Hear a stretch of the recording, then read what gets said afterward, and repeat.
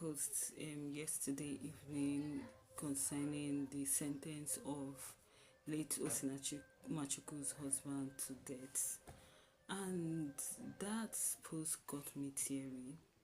And I know some people will be like, why are you sad? And surprisingly enough, I'm not really sad because the man was sentenced to death. I'm just sad for the kids. How can kids between the space of 2002 and 2005, 3 years, lose both parents? Do you understand? And that is where the emphasis should be. Do you understand? Because at the end of the day, these children who are left to suffer the whole thing never beg their parents to bring them into this world.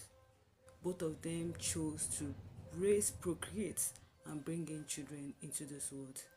And that is to say, why do people procreate? Why do you marry? I think that a lot of people get married without knowing the purpose of marriage. And I feel that people go into procreation because without knowing what is involved, the responsibility that comes with procreations, procreation. And if people come to understand all these things, do you understand? People will be very intentional in choosing their life partner. Imagine those children, those kids. I can remember 2022, we were opportune to see the first child who was 9. This 3 years back. After the first child will be 12, and all of a sudden they are now orphans.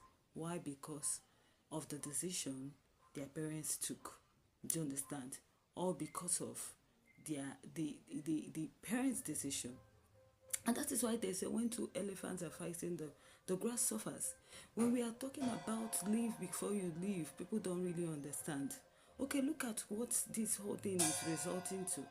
Had it been late Minister Osinachi Nwachukwu left separated when she found out she married an abusive husband, irrespective of her belief, irrespective of her position in church, knowing fully well that that is not the will of God for her, that is not the purpose of the originator of marriage. When she noticed that her life, her peace and everything is at stake and she's separated, do you know that today both the husband and the wife will still be alive, taking care of the children? That is where co-parenting comes in place. That is why we emphasize on living to live. At the end of the day, those children lost both parents due to domestic violence. I pray people learn lesson from this. Thank you.